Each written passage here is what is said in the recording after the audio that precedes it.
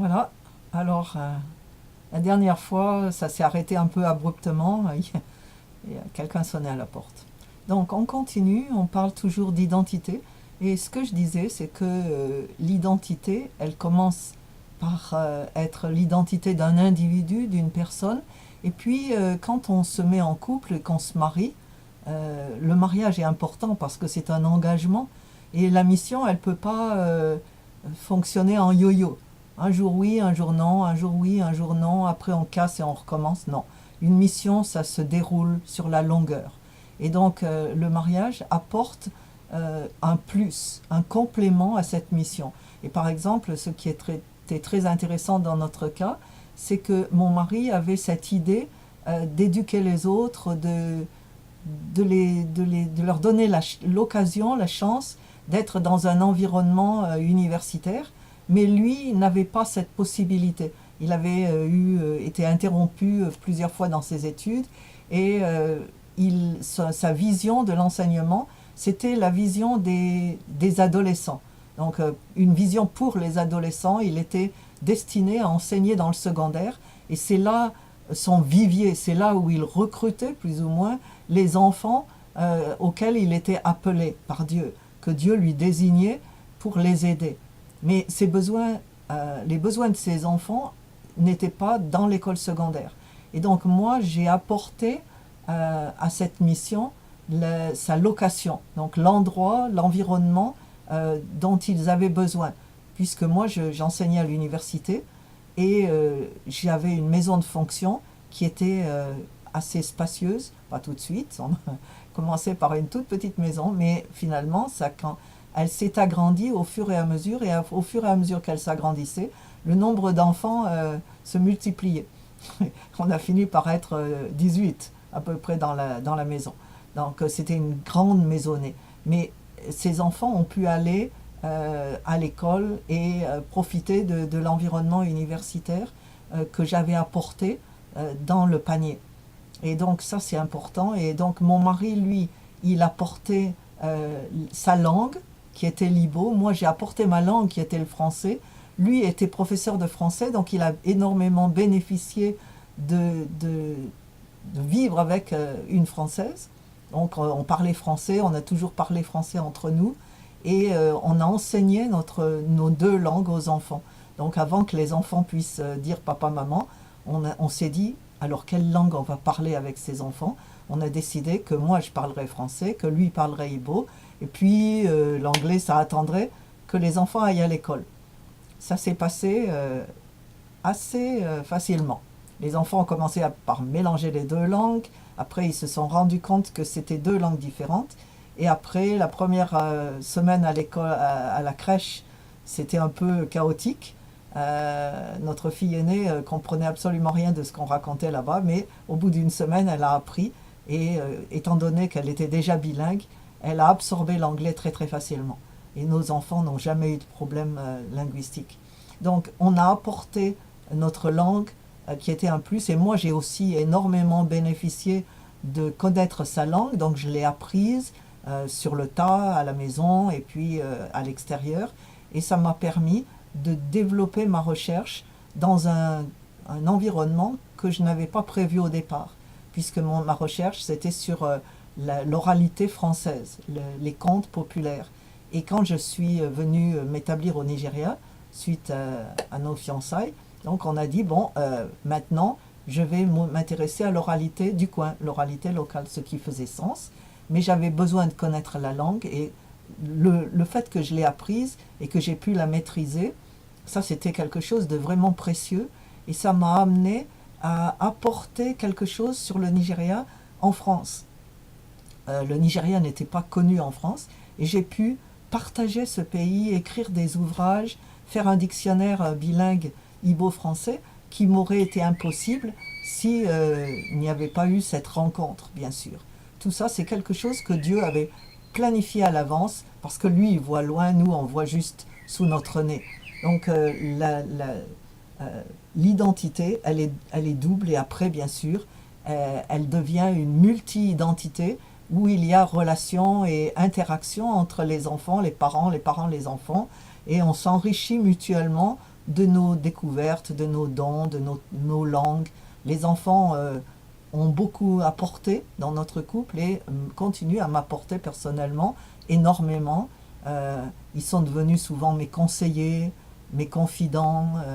Je peux apprendre beaucoup en les regardant et en parlant avec eux et en vivant des choses ensemble. Une chose aussi qui est importante dans la mission, donc c'est, on a dit déjà ça, c'est l'obéissance.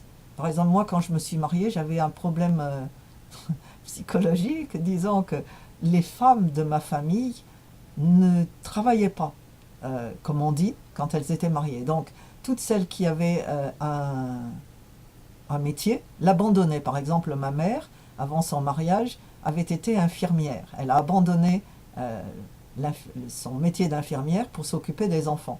Heureusement d'ailleurs, parce qu'on était 7, alors c'était un gros travail.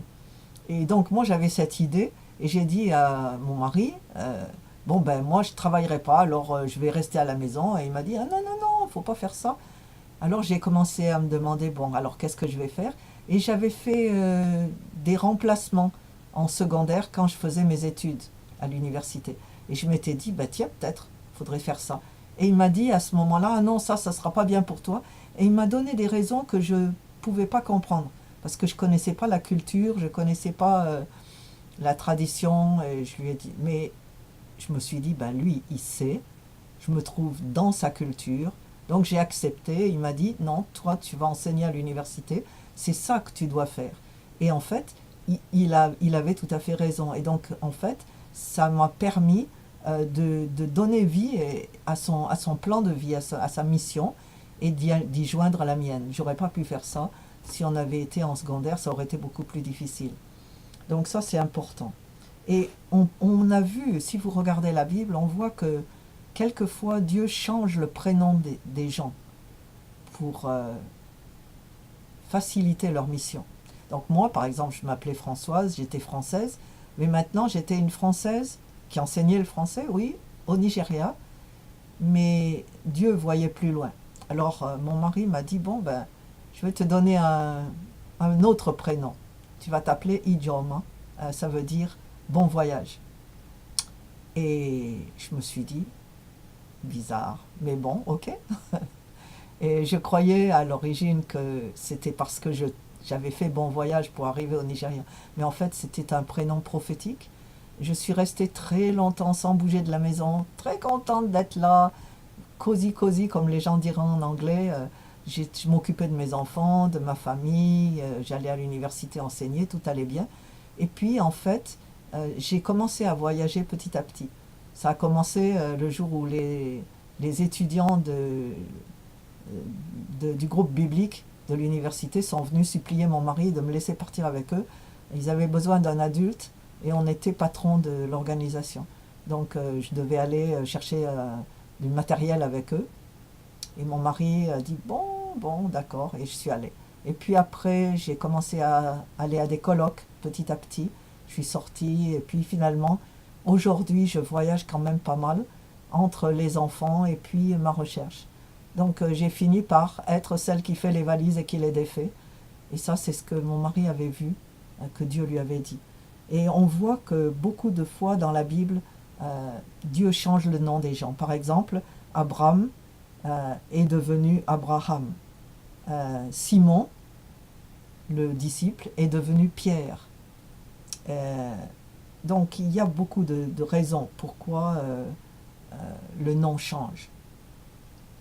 Il faut aussi nous souvenir que quand nous avons choisi Jésus, quand nous avons répondu à son appel, nous endossons également une autre identité, en plus de celle que nous connaissions dès le début.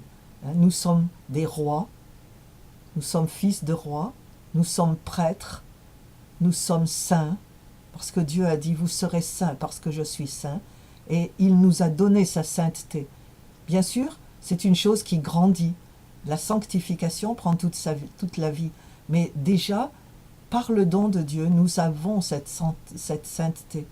Ce n'est pas la nôtre, c'est celle de Dieu qui nous est mise. Quand on s'habille, on prend les vêtements que Dieu nous donne. Le casque du salut, l'armure de de, comment ça s'appelle en anglais, c'est righteousness, hein, la droiture, et puis la ceinture de la vérité, les sous-vêtements du prêtre qui lui permettent de ne pas se souiller, et puis les bottes de l'évangile, le bouclier de la foi, l'épée de la parole de Dieu, le manteau de la louange, et tout ça, c'est ce que Dieu nous donne, ça fait partie maintenant de notre identité de chrétien. Et c'est très important. Il y a aussi un autre côté qui affecte en particulier les chrétiens d'Afrique, c'est que souvent ils ont des noms de famille qui sont liés à des idoles et des choses qui ne doivent pas faire partie de leur vie en tant que chrétiens.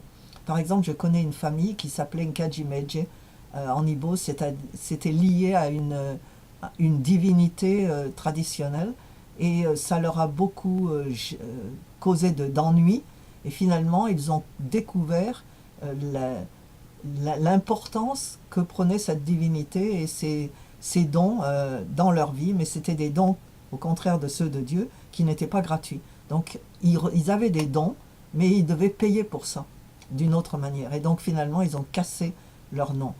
Une autre famille que je connais s'appelle en Uchequois, s'appelait en Uchequois, c'est-à-dire mort à temps, hein, et leur nom était lié à la mort, leur famille était liée à la mort, et ils ont décidé de casser ce nom-là, et ils ont pris un autre nom de la même langue, mais qui était Amézé, c'est-à-dire le territoire, la terre de Dieu, hein, et du roi. Il y a beaucoup de familles qui ont des programmes, et ça c'est vrai pour les familles de toute la terre. Il y a des familles où on meurt de cancer, il y a des familles où tout le monde a des maladies mentales, il y a des familles où les gens ont un faible pour les questions sexuelles. Et par exemple, si vous regardez la Bible, on voit la famille de David, le roi David, qui était très très affecté par ce genre de choses. Et donc, il est nécessaire de découvrir hein, ce qui vous affecte, et vous devez le rejeter. Vous pouvez le rejeter, vous pouvez casser, parce que en Dieu, nous sommes une nouvelle personne. Donc, il n'y a aucune raison de venir à sa porte et de rentrer chez lui dans la famille de Dieu avec des valises, hein, puisque lui, il nous a tout donné. Donc on n'a pas besoin de valises, hein. Et celles qui sont dans nos gènes, on peut dire à Dieu, non, moi j'aime pas celui-là, et Dieu peut tout changer. Il a même changé le groupe sanguin des gens, ça s'est vu, hein. Il y a des gens qui avaient le sida et puis qui ne l'ont plus, Dieu a décidé de les guérir.